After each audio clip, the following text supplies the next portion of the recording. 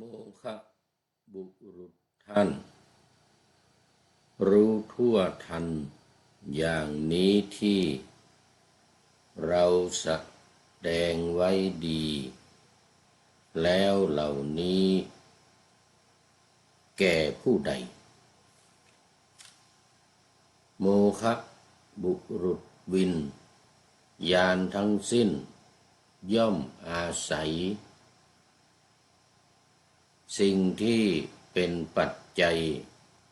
จึงเกิดขึ้นเรากล่าวโดยอเนกปริยายเว้นปัจจัยความเกิดด้วยวิญญาณมิได้มีมิใช่หรือคนเฮงซวยเธอกล่าวตูเราด้วยก็เมื่อเป็นเช่นนั้นเธอขุดตนเสียด้วยจักประสบสิ่งไม่เลิศเลอมิใช่บุญของเธอเพราะทิฏฐิชั่วของตนโมฆะบุรุษความเห็นไม่งามจะมีผลเป็นไปเพื่อทุกข์ทนไม่เกื้อกูลแก่เธอเลย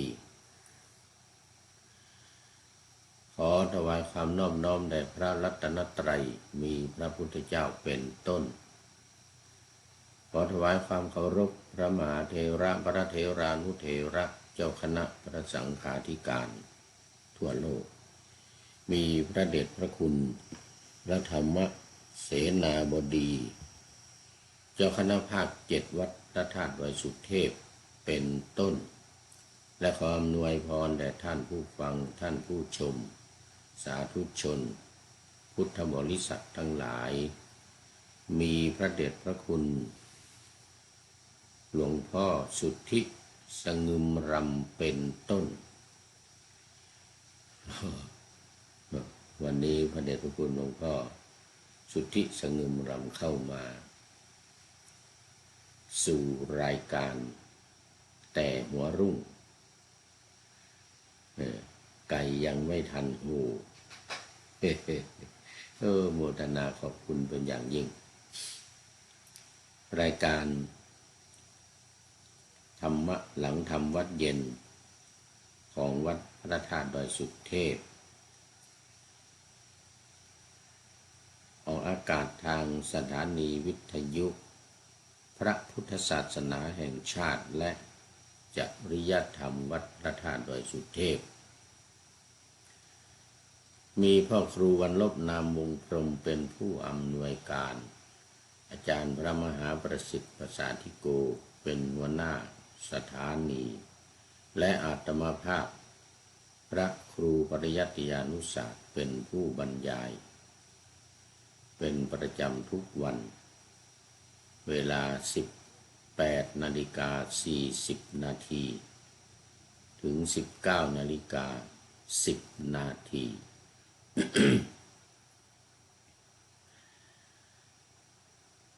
วันนี้ก็บันทึกเสียงล่วงหน้ามานิดหน่อย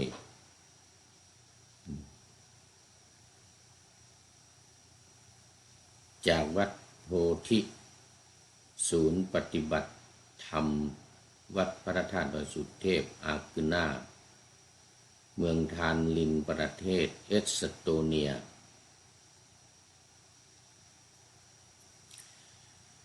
วันนี้ก็จะได้ประชาสัมพันธ์เกี่ยวกับกิจกรรม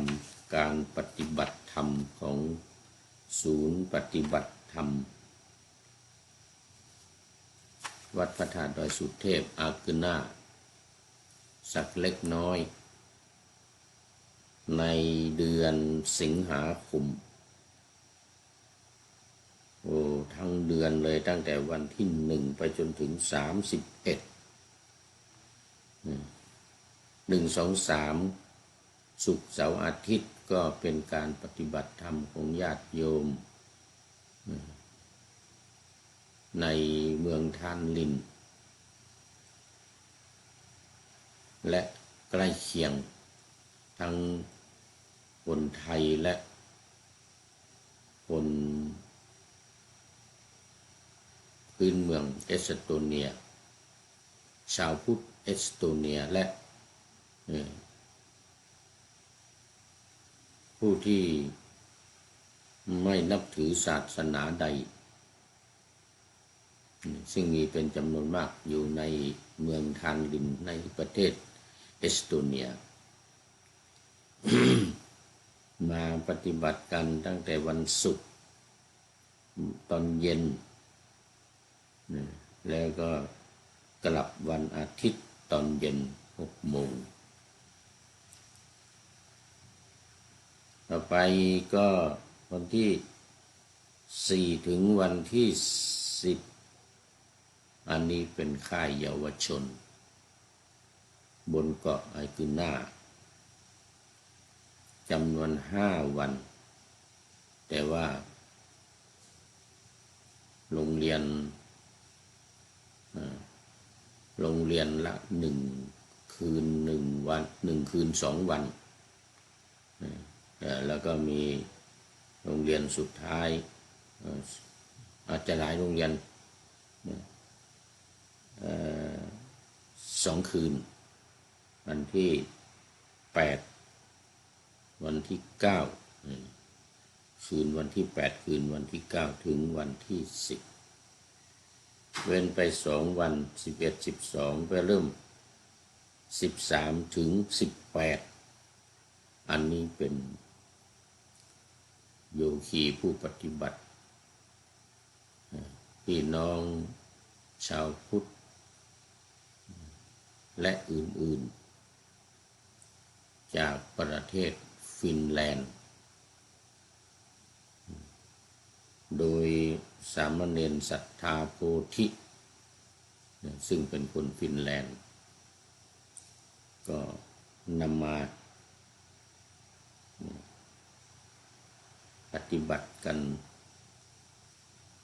จำนวน6 วันจำนวน6 วันอันนี้บางคนก็อยู่2 วันส่วนใหญ่จะสลับกันไปอย่างนี้2 วันแล้วก็กลับไปแล้วก็คนอื่นมาต่อกลับไปคนอื่นมาต่อส่วนใหญ่จะ1 คืนหรือไม่เกิน2 คืนต่อคนหนึ่งแต่ว่านี่จำนวน6 วันในจำนวน6 วันนี้ก็สลับสับเปลี่ยนกันมากันไปบางคนหยุดงานวันศุกร์บางคนหยุดงานวันเสาร์บางคนหยุดงานวันอาทิตย์บางคนก็หยุดงานวันอังคารก็มีอย่างเงี้ยการถามว่าทำไมไม่มาพร้อมกันมันหยุดงานไม่เหมือนกันเหมือนเมื่อวานนี้มีญาติโยมมาถวายภัตตาหารเพลก็บอกว่าคนทำงานที่เนี่ยมันหยุดไม่เหมือนกันจะให้มาตรงกันทีเดียวมันไม่ได้โยมมดโยมนฤมลเมื่อวานนี้พูดคุยกันวันนี้ขอต้อนรับคุณโยมพิษสมัยศรีเทพธรรมรงค์โอ้นี่สาธุสาธุวิทยากรรายการธรรมะคลายเครียดธรรมะคลายเครียดวัดฝายหินจัดตอนกลางคืนไหว้สาโอ้เดี๋ยวเดี๋ยวแป๊บนึงกราบไหว้สาเจ้านะท่านพระครูติดตามรับชมรับฟังที่ลำปางชัดเจ เจนเจ้าสาธุสาธุนะโอ้อันนี้จากลำปางขออภัยเมื่อกี้จำผิดไปนึกว่าแม่ริมคนละพิษสมัยมันมีอีกพิษสมัยหนึ่งอันนี้จากลำปางโอ้สาธุสาธุแล้วก็ตามมาด้วยคุณด้วยรุ่งทิวาแม็กสาธุสาธุข้างนะรุ่งทิวาแม็กอันนี้จากยูเคเนี่ยจากยูเคประเทศอังกฤษบริเวณวัดกสิงห์ยูเคลันคอนสาธุโมทนาลันคอนตามมาด้วย FC ตัวจริงท่านสุริยันคำปาอาจารย์สุริยันคำปาวัดพระธาตุดอยสุเทพกราบนมัสการครับพระอาจารย์วันนี้ได้มีโอกาสถวายต้อนรับพระครูวิเทศกัลยาณธรรมวงเล็บทิติกรพทดโอรัฐศาสตร์ดุษฎีบัณฑิตด็อกเตอร์เจ้าอาวาสวัดพระธาตุดอยสุเทพ USA โอ้สาธุครับผมสาธุเมืองชิโนฮิลโอ้วัดพระธาตุดอยสุเทพชิโนฮิลรัฐแคลิฟอร์เนียเข้ารับพระครูสัญญาบัตรเทียบผู้ช่วยเจ้าอาวาสพระอารามหลวงชั้นพิเศษทอเทียบจรผู้ช่วยเจ้าอาวาสพระอารามหลวงชพชั้นพิเศษโอ้สาธุครับผมสาธุในการนี้พระครูดูเพิ่มเติมในการนี้พระครูวิเทศกัลยาณธรรมถวายทายทานและจตุปัจจัยกับหลวงพ่อพระธรรมเสนาบดีครับโอ้สาธุครับผมสาธุขอโมทนาเอาบุญด้วยโมทนารับสัญญาบัตรพัดยศคงเมื่อวันที่27เมื่อที่วัด27หรือ28ว่าวัดพระนอนขอนตาลพระนอนขอนตาลอำเภอแม่ริมพระนอนขอนตาลอำเภอแม่ริมให้ถวายจตุปัจจัยทายทานพระเดชพระคุณหลวงพ่อด้วยก็ขออนุโมทนาขอบคุณเป็นอย่างยิ่งอนุโมทนาเอาบุญด้วยสหรัฐอเมริกาวัดเคยไปมาแล้วผู้พูดเคยไปเคยไปนอนมาครั้งหนึ่งไปนอนมาครั้งหนึ่งวัดพุทธชิโนฮิลวัดพระธาตุดอยสุเทพชิโนฮิลรัฐแคลิฟอร์เนียนานมาแล้วไปสักเมื่อ20 กว่าปีมาแล้วโอ้สาธุโมทนาด้วยเอาละตอนนี้ยังเหลืออีก วันที่23ถึง24วันศุกร์กับวันเสาร์เดือนสิงหาคมเป็นการปฏิบัติกสิณโดยเฉพาะสมถกรรมฐานมาโดยการเพ่งกสิณและสุดท้ายวันที่30เป็นวันจัดเตรียมงาน31เป็นวันหล่อเทียนพรรษาถวายภัตตาหารเพลแล้วก็ทำบุญตักบาตรข้าวสารอาหารแห้ง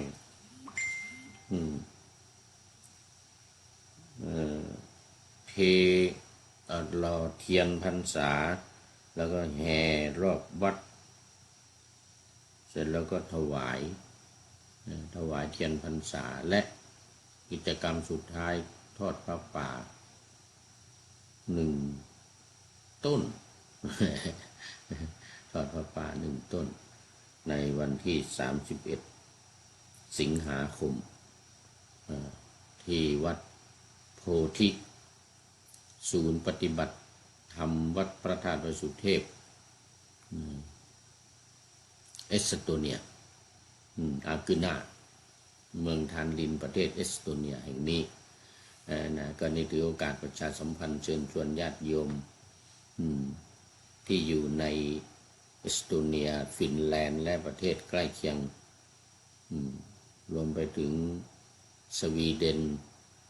เดนมาร์กลิทัวเนียลัตเวียด้วยรอบๆประเทศเอสโตเนียมาร่วมกันเนี่ยจัดกิจกรรมและได้ทราบว่าจากเยอรมนี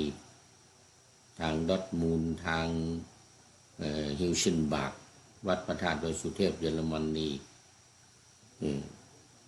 โยมน้ำโยมอะไรหลายคนโยมออฟแอปจะมาด้วยนะแต่จะมาจริงหรือเปล่ายังไม่ทราบนะ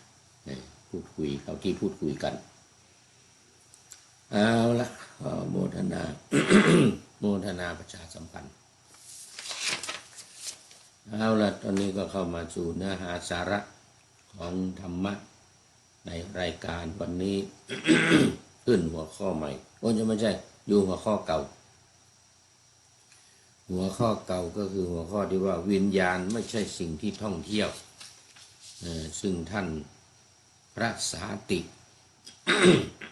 ขอไปพระสาติซึ่งเป็นภิกษุรูปหนึ่งในพระธรรมวินัยนี้ได้มีความเข้าใจผิดคิดทึกทักเอาเองว่าวิญญาณเนี่ยท่องเที่ยวไปพระพุทธองค์จึงตรัสว่าวิญญาณเนี่ยไม่ใช่สิ่งที่ท่องเที่ยวไปกล่าวว่าท่านพระสาติเนี่ยเป็นโมฆะบุรุษ เป็นคำด่าที่หนักที่สุดของพระพุทธองค์ล่ะคำว่าโมฆะบุรุษเนี่ยบุรุษเปล่านี่นะบุรุษเปล่าโมฆะบุรุษโดนโมฆะบุรุษตั้งแต่เมื่อวานมาละโดนโมฆะบุรุษตั้งแต่เมื่อวาน วันนี้โดนอีกขึ้นต้นเลยวันนี้ป่าหน้าธรรมะโมฆะบุรุษท่านรู้ทั่วทันอย่างนี้ที่เราแสดงไว้ดีแล้วเหล่านี้แก่ผู้ใดนะคือพระองค์ตรัสกับท่านสาติบอกว่าโมฆะบุรุษ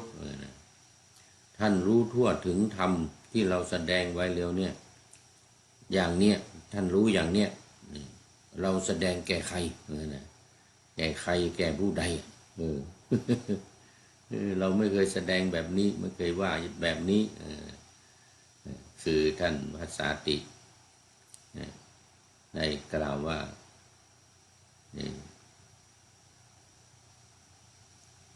วิญญาณเนี่ยล่องลอยไปวิญญาณนี่นะแล่นไปล่องลอยไปว่างั้นนะท่องเที่ยวไป เล่นไปล่องเที่ยวไปคือถ้าพูดถึง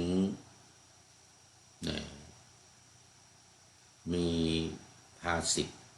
มีพุทธภาษิตอยู่ในธรรมบทในธรรมบทอยู่อาจจะเป็นความเห็นผิดพูดผิดของผู้แต่งคือพระเดชพระคุณพระพุทธโฆษาจารย์ก็ได้ในธรรมบทในอรรถกถาไม่ใช่ในพระไตรปิฎกมันเป็นอรรถกถาที่ท่านพระพุทธโฆษาจารย์แต่งในอรรถกถาธรรมบทขุททกนิกายที่คำว่าขุททกนิกายนี้เราก็อย่าคิดว่ามัน มันอยู่ในคุตกนิกายนะอัตถกถาธรรมบทนี้มันเป็นเอาพุทธภาษิตเอาคาถาธรรมบทที่เอาคาถาที่พระพุทธองค์ตรัสในพระไตรปิฎกคุตกนิกายไปลงไว้ไปเขียนไว้ในธรรมบทในอัตถกถาอีกทีหนึ่งแล้วก็เขาเอาอัตถกถาเนี่ยอัตถกถาตั้งชื่อว่าธรรมปทัฏฐกถาธรรมบทเนี่ยนะธรรมปทัฏฐกถาก็หมายถึงว่าเป็นกถาที่พระพุทธองค์ตรัสคาถาไว้ในธรรมบทคุตกนิกายแล้วพระเดชพระคุณหลวงพ่อพระพุทธโฆษาจารย์ไปแต่งไปรจนาอัตถกถาธรรมบทขึ้นมา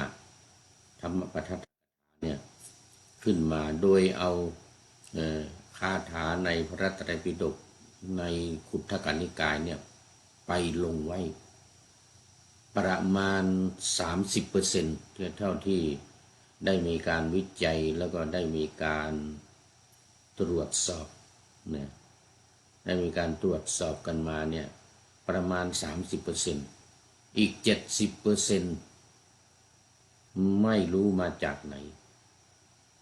ไม่ใช่จากพระไตรปิฎกไม่ใช่จากคุตกนิกายมันก็อาจจะเป็นการแต่งขึ้นของพระเดชพระคุณผู้รจนาคือพระเดชพระคุณพระพุทธโฆษาจารย์ผู้รจนาอัตถกถาธรรมบทนั้นก็อาจจะเป็นได้หรือเป็นบัณฑิตนักปราชญ์ท่านอื่นๆที่ไม่ใช่พระพุทธเจ้าอาจจะเป็นพระเถระเถรีถ้าเถระคาถาเถรีคาถามันก็จะอยู่ในธรรมในพระไตรปิฎกในส่วนของเถระคาถาเถรีคาถา อาจจะเป็นพระเดชพระคุณพระพุทธโฆษาจารย์เองเป็นผู้แต่งก็เป็นได้ประมาณ 70%ที่ไม่มีในพระไตรปิฎกนะไม่มีในคุตกนิกายพระไตรปิฎกแต่มันอยู่ในอัตถกถาธรรมบทเนี่ยอยู่ในอัตถกถาธรรมบทมันก็เลยตีความไปว่าเป็นคาถาที่มาในคุตกนิกายพระไตรปิฎกความจริงแล้วมันไม่ใช่เอาไปจากคุตกนิกายธรรมบททั้งหมดเท่าที่ได้มีการตรวจสอบกันก็ประมาณ 30%นะ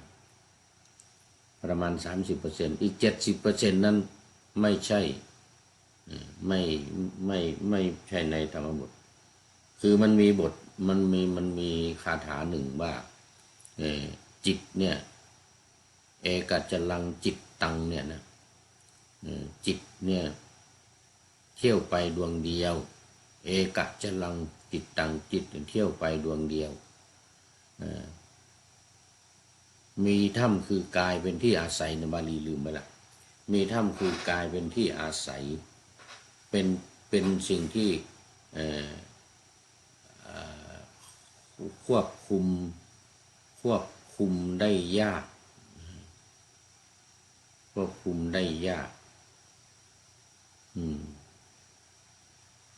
เป็นจิตที่ควบคุมได้ยากบาลีก็ตอนนี้นึกไม่ค่อยออกคาถานี้ความจริงคุ้นๆอยู่ความจริงคุ้นๆอยู่อาจจะทำให้ท่านพระสาตินี่เข้าใจผิดตามคาถานี้ก็ได้ว่า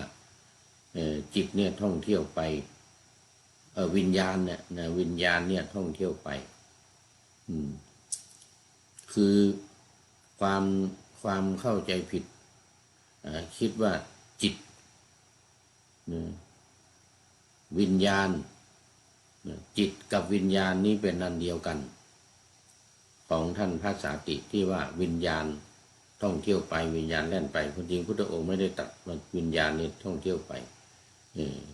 จิต แต่ว่าใน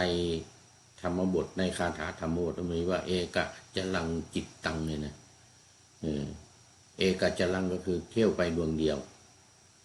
จิตตังเนี่ยจิตเนี่ยเป็นจิตที่เที่ยวไปดวงเดียวมีธรรมคือกายเป็นที่อาศัยทุกสุดบาทสุดท้ายมันมีว่าทุลักขังทุนนิวาระยังข้างหน้าจำไม่ได้ไอ้ตรงกลางจำไม่ได้ จำได้หัวกับท้าย4 บาทจำบาทแรกกับบาทสุดท้ายบาทแรกว่าเอกะจรังจิตตังเลยนะแล้วสุดท้ายว่าทุรักขังคือรักษาได้ยากทุนนิวาระยังห้ามได้ยากทุนนิวาระยังห้ามได้ยากในนั้นพูดถึงเรื่องจิตแต่ว่าไม่ได้พูดถึงเรื่องวิญญาณในที่นี้พุทธองค์จึงตรัสว่าโมฆะบุรุษวิญญาณเนี่ยเป็นปฏิจจสมุปสมุปปนธรรมคือสิ่งที่อาศัยปัจจัยแล้วเกิดขึ้นเนี่ยอันนี้วิญญาณนะเราได้กล่าวแล้วโดยอเนกปริยายถ้าเว้นจากปัจจัยแล้วความเกิดขึ้นแห่งวิญญาณมิได้มีดังนี้มิใช่หรือโมฆะบุรุษก็เมื่อเป็นดังนั้นเธอกล่าวตูเราด้วยขุดตนเองด้วยคือฝังตนเองลงไปในดินจะประสบสิ่งมิใช่บุญเป็นอันมากด้วยเพราะทิฏฐิที่ตนถือชั่วแล้วโมฆะบุรุษก็ความเห็นนั้นของเธอจะเป็นไปเพื่อความทุกข์ไม่เกื้อกูลแก่เธอตลอดกาลนาน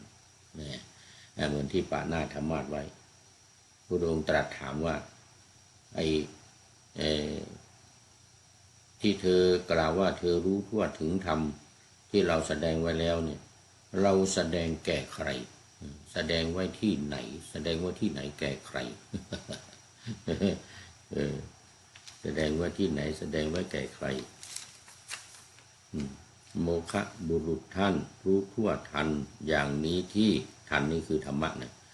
เราแสดงไว้ดีแล้วเหล่านี้แก่ผู้ใดโมฆะบุรุษโมฆะบุรุษวิญญาณทั้งสิ้นย่อมอาศัยสิ่งที่เป็นปัจจัยจึงเกิดขึ้นเรากล่าวโดยอเนกปริยายเว้นปัจจัยความเกิดด้วยวิญญาณมิได้มีมิใช่หรือคนเฮงซวยคนเฮงซวยนี่ก็คือโมฆะบุรุษนะเธอกล่าวตูเราด้วยก็เมื่อเป็นเช่นนี้เธอขุดตนเสียด้วยจะประสบสิ่งไม่เลิศเลอมิใช่บุญของเธอเพราะทิฏฐิชั่วของตนโมฆะบุรุษความเห็นไม่งามจะมีผลเป็นไปเพื่อทุกข์ทนไม่เกื้อกูลแก่เธอเลยนี่ก็เป็นข้อความที่มาในพระไตรปิฎกมูลปนาถมัชฌิมนิกายพระสุตตันตปิฎกเล่มที่12หน้า175ถึง79ข้อที่42ถึง45นี่ยาวหน่อยตอนนี้ท่านFC ตัวจริงสุริยันคำปาแจ้งมาว่าพระอาจารย์ครับวัดสาขาดอยสุเทพต่างประเทศมีกี่วัดครับอันนี้เอาเท่าที่ทราบก็แล้วกันนะเท่าที่ทราบในอเมริกานี่มี3 วัดแล้วก็มีตอนหลังนี่มาเพิ่มนี่นะแล้วก็วัดเก่ามันยุบไปวัดหนึ่งคือพุทธชิโนฮิลนิดหนึ่งแล้วก็วัดของท่านอาจารย์เจริญที่นิวเม็กซิโกนะวัดไทยนิวเม็กซิโกตอนนี้ก็เปลี่ยนชื่อเป็นวัดพระธาตุดอยสุเทพนิวเม็กซิโกนะแล้วก็ที่ของท่านอาจารย์พระมหานรินทร์ประเรียนธรรม9 ประโยคกันนะbuddha.com ที่ลาสเวกัสนะที่ลาสเวกัสหนึ่งตอนเนี้ยมัน3 ที่เนี่ยมีอยู่ที่ชิโนฮิลแล้วก็นิวเม็กซิโกแล้วก็ที่ลาสเวกัสของท่านอาจารย์พระมหานรินทร์แต่ทีนี้ที่โน้นเนี่ยมันยุบไปความจริงมันมี4นะมันยุบไปก็ที่เดี๋ยวมันลืมไปแล้วเนี่ยไอ้ที่ทางที่น้ำท่วมที่เฮอริเคนขึ้นบ่อยๆนะอันนั้นรู้สึกว่ามันตอนนี้ไม่มีละมีกี่วัดในต่างประเทศอันนี้อเมริกาตอนนี้มี3แล้วก็เยอรมัน3ที่ตอนนี้มี2ที่เยอรมันนี่นะซาวารันกับที่ฮิวเชนบากที่ฮิวเชนบากวัดพระธาตุดอยสุเทพเยอรมันนี่นะแล้วก็พระธาตุดอยสุเทพซาวารันในเยอรมันมี2ตอนนี้เหลือ2แต่ก่อนนี้ท่านพระครูเอ็มก็จะเอาที่วัดสันติวรารามเนี่ยเป็นสาขาของวัดพระธาตุดอยสุเทพแต่ว่าตอนนี้ไม่เอาละเนี่ยตอนนี้ไม่เอาละก็เหลือ2นะบวกสหรัฐ3เป็น5แล้วก็4เป็น6ที่นี่เอสโตเนียนี่นะเอสโตเนียนี่เป็น6สาขาของวัดพระธาตุดอยสุเทพแต่ที่เอสโตเนียนี่เราเป็นศูนย์ปฏิบัติธรรมอยู่ในวัดโพธิซึ่งเป็นวัดของเถรวาทสังฆะของพระสงฆ์เถรวาทเอสโตเนียซึ่งมีพระเดชพระคุณท่านอาจารย์ดร.อันดรุสทิตายาโนเป็นเจ้าอาวาสเป็นประธานสงฆ์สังฆะเถรวาทในเอสโตเนียรวมแล้วตอนนี้ปัจจุบันที่ทราบเนี่ยนะแน่นอนก็มี6ในเยอรมันเหลือ2นะตอนนี้ที่ท่านพระครูสมุกิตติพรไปเป็นเจ้าวาดอยู่ที่บาวาเรียนั้นก็ตอนนี้ย้ายออกมาแล้วนะไม่เป็นแล้วก็ไม่เป็นสาขาของพระธาตุดอยสุเทพแล้วถ้ามีอย่างอื่นอีกก็ช่วยบอกด้วย ช่วยบอกด้วยเพราะในอังกฤษนี่ยังไม่มียังทำไม่สำเร็จ